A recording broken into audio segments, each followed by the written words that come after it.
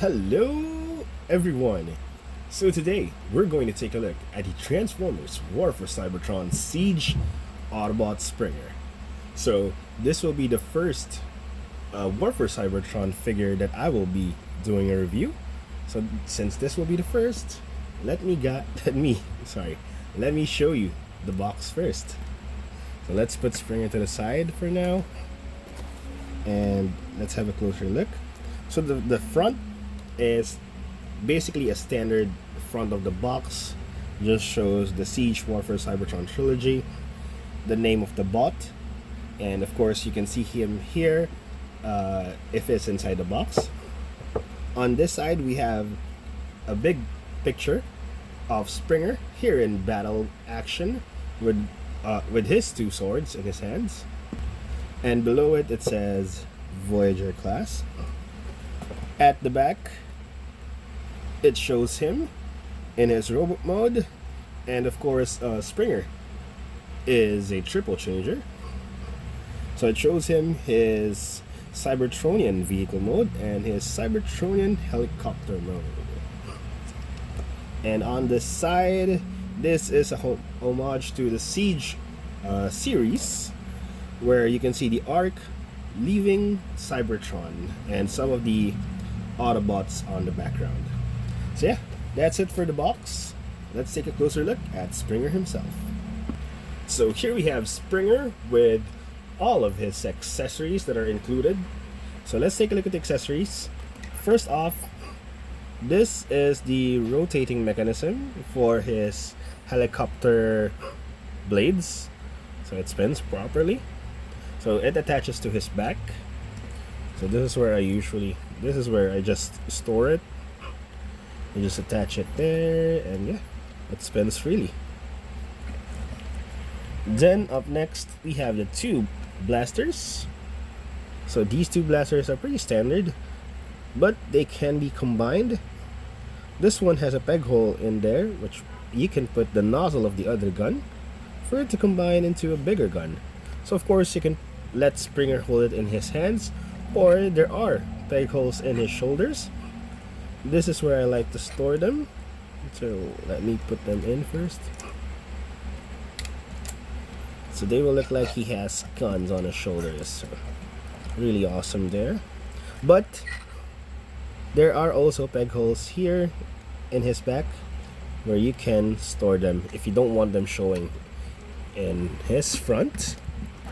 And then lastly, his two swords, which of course you can put in his hands, and you can store them at the back as well.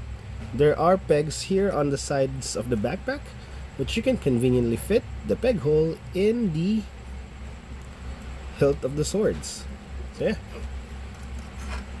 those are how you configure, or how you can store the weapons. So let's equip the swords first. So yeah, here's Springer fully decked out with all of his weapons. So let's take a closer look at him right now. So here we have Springer up close. His face sculpt is amazing. I like the very light green, or like a lime paint on his face, the blue color of his eyes, the green plastic used for the head itself, similar to the plastic used on the body, and the dark green color here on the cheeks. They're really nice. So if you will notice now, there are like weathering marks here on his paint. No, the figure is not damaged. It is how Siege figures are designed, because in the story of the series, in Siege, Cybertron is at war. So most figures in that line are heavily damaged, so they show their damage there. Even on his shins, there's also weathering and damage there. But overall, he looks really amazing. No kibble at all in front, no hollow spaces even on his arms. They covered it up properly. Yeah, everything looks nice. You can take a closer look again. The shoulder pads are cool. The combination of yellow and green is really nice.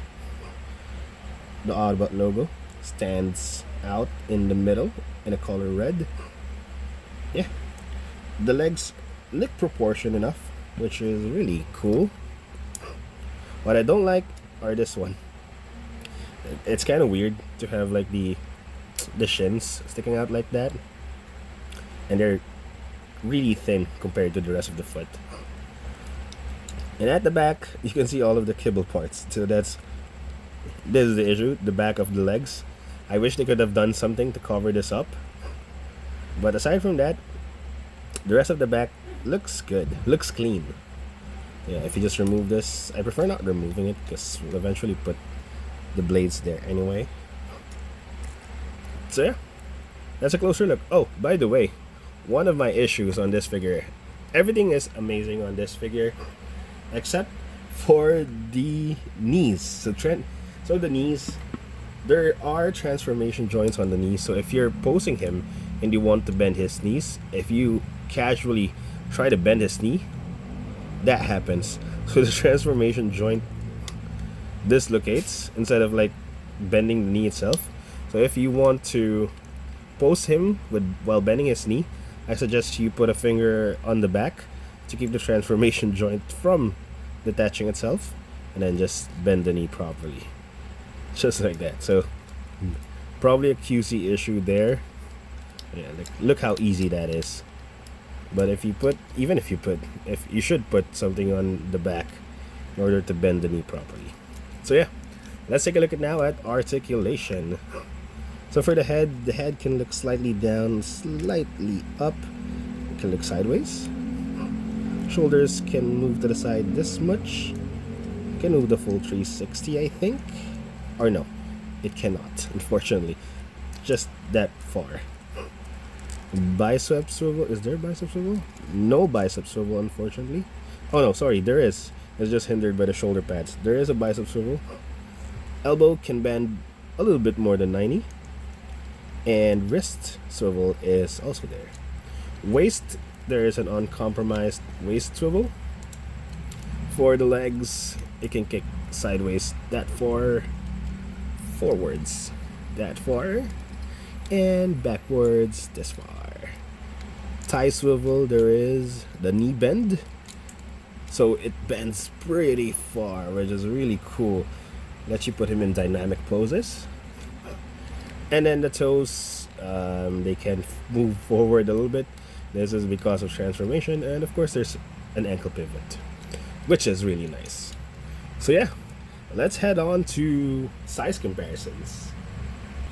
So first, we have the War for Cybertron Siege Hound. So, sorry guys, I will show you a bunch of War for Cybertron figures first. Although I don't remember seeing Springer in the War for Cybertron trilogy. So after I show you a couple of War for Cybertron comparisons, I will also be showing a couple of 86 movie figures. Yes, I remember seeing him there. Next up, we have the Earthrise RC. We have the Maximal from Kingdom, Rat Trap. We have the Netflix spoiler War for Cybertron Ultra Magnus. And lastly, for the War for Cybertron lineups, we have the Earthrise Optimus Prime. Now for some 86 movie comparison, we have the 86 movie Bumblebee. We have the 86 movie Ratchet. And finally, we have the 86 movie Optimus Prime. Now let's head on to transformation. So just a quick disclaimer guys, some of his transformation steps are quite complicated, they're difficult. So I'll try my best to explain and show it to you guys. So since he's a triple changer, we will transform him from robot mode to his vehicle mode first. So let's get on with it. So the first step is let's go to the shoulder pads. So there is a flap here behind him. So we just unfold it, the two flaps, and then we straighten up the arm, and then we basically fold it to lock it in place. And that tab there goes straight to his hand. So it should look something like this. Then of course do the same with the other one. Unflap the folds behind the shoulder pads, straighten up the arm, and then fold it to lock it in. So now what we'll do is basically untab this chest portion. So do it something like that. Then let's move the arms to the side for now. Don't worry, it's normal that it does that. So now what we're basically going to do, let's flip the head first. Let's open these two flaps. And then what we're going to do is we're basically, going to put this underneath this. So what we need to do is basically fold it like this first, and then push the head of Springer so that there's a joint there, so it will look, you got covered. So this joint that's on the neck, we need to fold it in like that. So in order to do that, just push the head in while you move this forward, and there. These two pegs will lock into slots underneath, so just lock it in place like that. So it should look something like this now. Now let's head on to the legs. So the legs are pretty simple. Let me see. So first do this. So flip out the feet. Now open it up from the side, just like so, and then release the wings. So there are wings here, or is it a wing? That's this one. So do the same with the other one. It's like a small wing. Then close it. Now what we'll need to do, so here, it's kind of difficult to show, but here you can see that the joint that's doing that, how do I show this properly? So this joint right here, we need to pull it back, so it should look something like that. So it can be pulled forwards like that, or pull it back. So for vehicle mode, we need to pull it back and then lock it in place. So the sign that you've pulled it back is this part. Sorry, the camera angle because of the arms, I'm sorry. So this part should be aligned with the thighs, or no, the waist. So now that we've done that, we're going to use the joint, the transformation joint on the knees that keeps on opening up that I showed earlier. So we'll fold this inside like this, and then this part, this part of the foot will go to a crease right there. So there's a crease there. Okay, let me show the light properly. So there's a crease there, which it will conveniently fit in. It should fit in if we've done this correctly. Wait. It's really hard to show on mine. There we go. So it should fit just like that. And of course, do the same with the other one. So use the transformation joint to bend it. Now insert it there, and there we go. It's in the crease. So once it's there, just connect the feet or the legs together like that. And then now we move to the arms. So it's better if we've looked at it from the bottom. So if you'll see, there's an additional joint here, or hinge. So this part, this peg, should fit here. So in order to do that, once you move this up, I suggest you hold this a bit like this so it doesn't follow, and then it will, I don't know if you guys can see it, it should fit perfectly there. And once it fits, we just push it on the front, make sure it's locked right there. So let me show you if you don't hold this hinge. If you pull it up, it won't fit properly, it won't be aligned. So once you pull it up, just push it forward with your thumb and then lock it in. So we're basically done. Next thing we need to do is just push this down And then if you've aligned this properly, it should just lock in nicely right there. So here we have him in his vehicle mode. So according to the instructions, in order to incorporate the weapons here, we need to combine the two guns, and then once you've combined it, we will incorporate the swords in the gun. So there are tabs here on the side, so just it says to connect the swords there, and then it says to connect it here on the rotating part. So I guess it's fine and all, but if you move him, this part will move as well, because this is very loose. Now, you can remove the rotating part and just connect it there, but in my opinion, it still looks awkward having that big thing over it. So what I do is I attach the swords here on the sides. So there's a peg there. Let's do it for both sides. And then for the guns, we can either put it here on the tabs there, or what I do is I put them here. And then, as I've mentioned earlier, the rotating part, I usually just keep it in this same position. So there, this is how I would display him in his land vehicle mode. So let's do some size comparisons. So the first one is Siege Hound, and then next we have the Earthrise Optimus Prime. So I only did 2 size comparisons here in his land vehicle mode, since I will be doing more comparisons in his helicopter mode. So before we do that, let's take a closer look. So he looks very simple, like a Cybertronian vehicle, which is really nice. I have no complaints because, well, I have no other basis for his transformation except for his older figures, and I still think this is better than the older ones. So yeah, the transformation is pretty involved, has a lot of steps, and it turns out really nice. And if you cleared it properly, he will actually roll pretty well. So yeah, so let's head on to the transformation into his helicopter mode.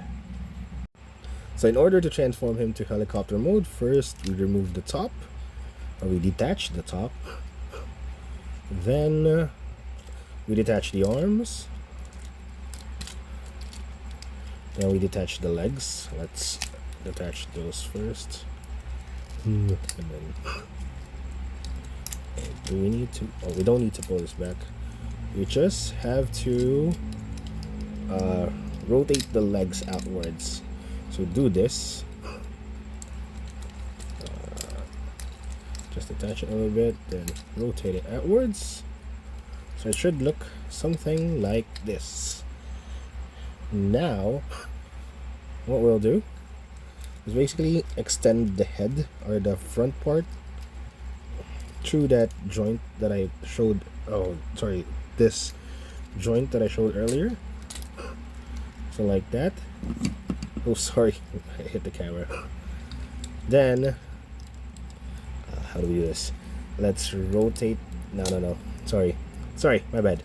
So let's extend the leg first, and then the waist has an additional joint, so we push it downwards, so it basically extends. Now let's rotate by the thigh. Now we will have a configuration like this. Do the same with the other one. Fold and rotate by the thigh. Now we have this. Now we move this forward. We flip it basically like this, using the knee joint, or knee transformation joint. Now we open this up and extend it. Do the same with the other one. Now we can combine this, just like that. Keep the tail fins closed, and then this part we're basically going to rotate it inwards like this. So rotate it inwards just like that, and then we can close the, what do you call this, the joint again, so that it should look something like this. So all the way. And then of course, let's head back to the arms now. So earlier we used this tab to connect here. This time this tab will connect to that slot. So just a simple connection. Just push it downwards and then push it to the side. Right. Did I do it correctly though?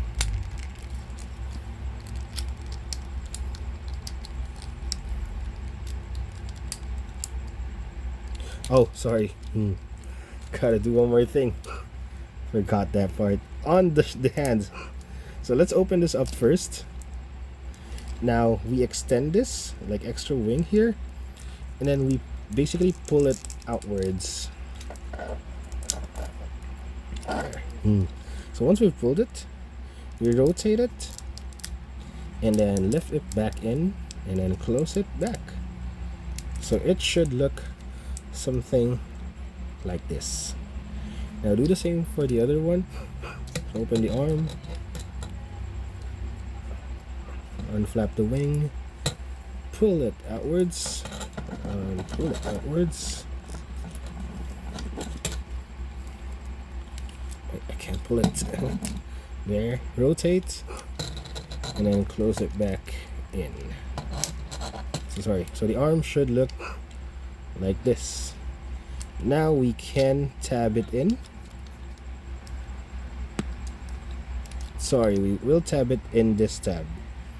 Can you guys see it? Here, in this slot. Sorry, not this slot, but this slot, right on the wrist. So let's do that. So it should tab in nicely, and then just push it from the front.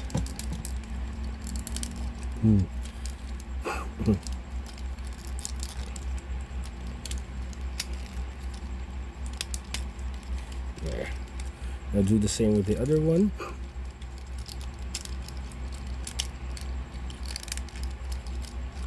I'll basically tab it in here and then push it, and there we go. The front is now fixed along with the back. Now we again just push it down to lock it in place, and this is him basically done. Now in order to put the helicopter blades, we use the swords and just shoot it there on the rotating part, and there we have it. And the guns, sorry, can be put in here. I put it there, and on the other one. So just like that. Let me fix it properly. And there we have Springer and his Cybertronian helicopter mode. So take a closer look at him. It's pretty much the same as the vehicle mode or the car mode, except that these fronts became aligned with the hood of the vehicle. The LSC is there, or the blades are there, and of course the legs or the back part become helicopter like. It became thinner, so pretty nice. Now let's do some size comparisons. First one, we have the 86 movie Bumblebee, the 86 movie Ratchet, and the 86 movie Optimus Prime. So final thoughts on Siege Springer. So as a Voyager class that is a triple changer and has all of these accessories, 2 guns and 2 swords, I think this guy is really worth it. His design, I think, really speaks G1. The paint apps is amazing, the color is amazing, the transformation is really involved, which I like, although some parts of it are a little bit difficult. And I know a lot of people are not a fan of the weathered or damaged look on the paint for Siege figures, but I really like it. It makes them stand out, it makes them have life, since the show is of a war-torn Cybertron. So yeah, I like his Cybertronian car mode and his Cybertronian helicopter mode as well. For me, this is the really good mold for Springer, and I believe this is also the mold that was used for the 86 movie 1. So yeah, overall a really good figure, as I've said multiple times here. And yeah, hope you guys enjoyed my video. Thank you for watching, and see you next time. Bye bye.